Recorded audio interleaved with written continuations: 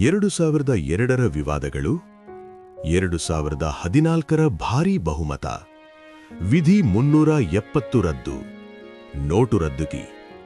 ಈ ಎಲ್ಲ ನಿರ್ಧಾರಗಳ ಹಿಂದಿರುವ ನಾಯಕ ನರೇಂದ್ರ ಮೋದಿ. ಅವರು ಭಾರತದ ರಾಜಕೀಯವನ್ನು ಮರುರೂಪಿಸಿದ್ದಾರಾ ಅಥವಾ ಹೊಸ ಚರ್ಚೆಗಳ ದ್ವಾರವನ್ನು ತೆರೆಸಿದ್ದಾರಾ? ಇಂದು ನಾವು ಸಂಪೂರ್ಣ ಕಥೆಯನ್ನು ನೋಡೋಣ. 21ನೇ ಶತಮಾನದ ಭಾರತದ ರಾಜಕೀಯದಲ್ಲಿ ಅತ್ಯಂತ ಪ್ರಭಾವ ಬೀರಿದ ನಾಯಕರಲ್ಲಿ ಪ್ರಮುಖ ಹೆಸರು ನರೇಂದ್ರ ಮೋದಿ. ಒಬ್ಬ ಸಾಮಾನ್ಯ ಹಿನ್ನೆಲೆಯಿಂದ ಬಂದ ವ್ಯಕ್ತಿ ದೇಶದ ಅತ್ಯುನ್ನತ ಹುದ್ದೆಯನ್ನು ಅಲಂಕರಿಸುವ ಮಟ್ಟಕ್ಕೆ ಏರಿದ ಕಥೆ. ಇದು ಕೇವಲ ರಾಜಕೀಯ ಪ್ರಯಾಣವಲ್ಲ, ಒಂದು ವ್ಯವಸ್ಥಿತ ನಿರ್ಮಾಣ.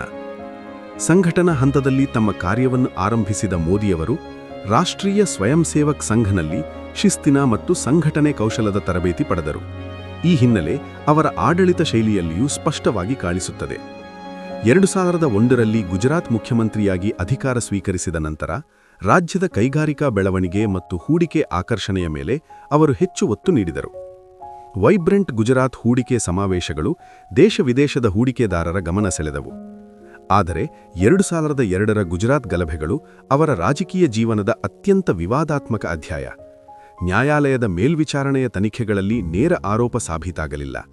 ಆದರೆ ವಿರೋಧಿಗಳು ನೈತಿಕ ಹೊಣೆಗಾರಿಕೆ ಕುರಿತು ಪ್ರಶ್ನೆ ಎತ್ತುತ್ತಲೇ ಇದ್ದಾರೆ. ಬೆಂಬಲಿಗರು ಇದನ್ನು ರಾಜಕೀಯ ಟಾರ್ಗೆಟಿಂಗ್ ಎಂದು ಹೇಳುತ್ತಾರೆ. 2014ರಲ್ಲಿ ಪ್ರಧಾನಮಂತ್ರಿಯಾಗಿ ಅಧಿಕಾರಕ್ಕೆ ಬಂದಾಗ 30 ವರ್ಷಗಳ ಬಳಿಕ ಒಂದು ಪಕ್ಷಕ್ಕೆ ಸ್ಪಷ್ಟ ಬಹುಮತ ದೊರಕಿತು. ಇದು ಜನರು ದೃಢ ನಾಯಕತ್ವವನ್ನು ಬಯಸುತ್ತಿದ್ದ ಸೂಚನೆ ಎಂದು ವಿಶ್ಲೇಷಕರು ಹೇಳುತ್ತಾರೆ.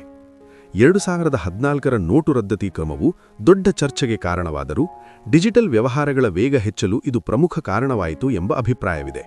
ಯುಪಿಐ ಮತ್ತು ಡಿಜಿಟಲ್ ಪಾವತಿ ವ್ಯವಸ್ಥೆಯ ವ್ಯಾಪ್ತಿ ಗಮನಾರ್ಹವಾಗಿ ವಿಸ್ತರಿಸಿತು. ಜಿಎಸ್ಟಿ ಮೂಲಕ ದೇಶದ ತೆರಿಗೆ ವ್ಯವಸ್ಥೆ ಏಕೀಕೃತಗೊಂಡಿತು. ಆರಂಭಿಕ ಸವಾಲುಗಳಿದ್ದರೂ ದೀರ್ಘಕಾಲಿಕ ಆರ್ಥಿಕ ಸುಧಾರಣೆಯ ಹೆಜ್ಜೆ ಎಂದು ಸರ್ಕಾರ ಒತ್ತಿ ಹೇಳಿದೆ.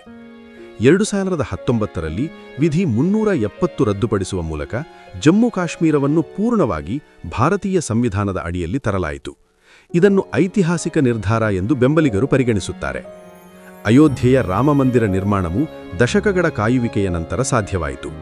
ಹಲವರು ಇದನ್ನು ಸಾಂಸ್ಕೃತಿಕ ಹಾಗೂ ಐತಿಹಾಸಿಕ ಘಟನೆ ಎಂದು ನೋಡುವರು.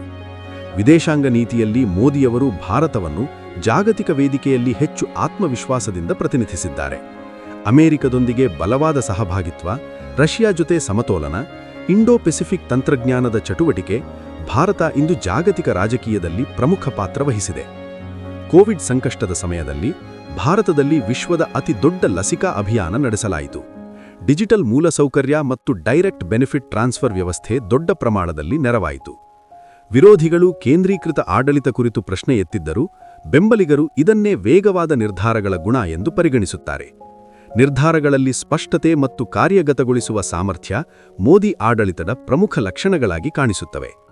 ಒಟ್ಟಾರೆ ನರೇಂದ್ರ ಮೋದಿಯವರು ಕೇವಲ ಚುನಾವಣೆ ಜಯಿಸುವ ನಾಯಕನಷ್ಟೇ ಅಲ್ಲ, ಅವರು ಆಡಳಿತ ಶೈಲಿ, ರಾಜಕೀಯ ಸಂವಹನ ಮತ್ತು ಜಾಗತಿಕ ವೇದಿಕೆಯಲ್ಲಿ ಭಾರತದ ಸ್ಥಾನಮಾನವನ್ನು ಮರುರೂಪಿಸಿದ ನಾಯಕ ಎಂದು ಹಲವರು ಅಭಿಪ್ರಾಯಪಡುತ್ತಾರೆ. ಇತಿಹಾಸವು ಅವರನ್ನು ಹೇಗೆ ಮೌಲ್ಯಮಾಪನ ಮಾಡುತ್ತದೆ ಎಂಬುದು ಭವಿಷ್ಯದ ವಿಚಾರ. ಆದರೆ ಒಂದು ಸಂಗತಿ ಸ್ಪಷ್ಟ: ಅವರ ನಾಯಕತ್ವದಲ್ಲಿ ಭಾರತ ಹೊಸ ರಾಜಕೀಯ ಅಧ್ಯಾಯವನ್ನು ಅನುಭವಿಸಿದೆ.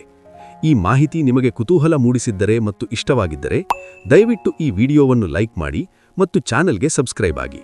ನಮಸ್ಕಾರ.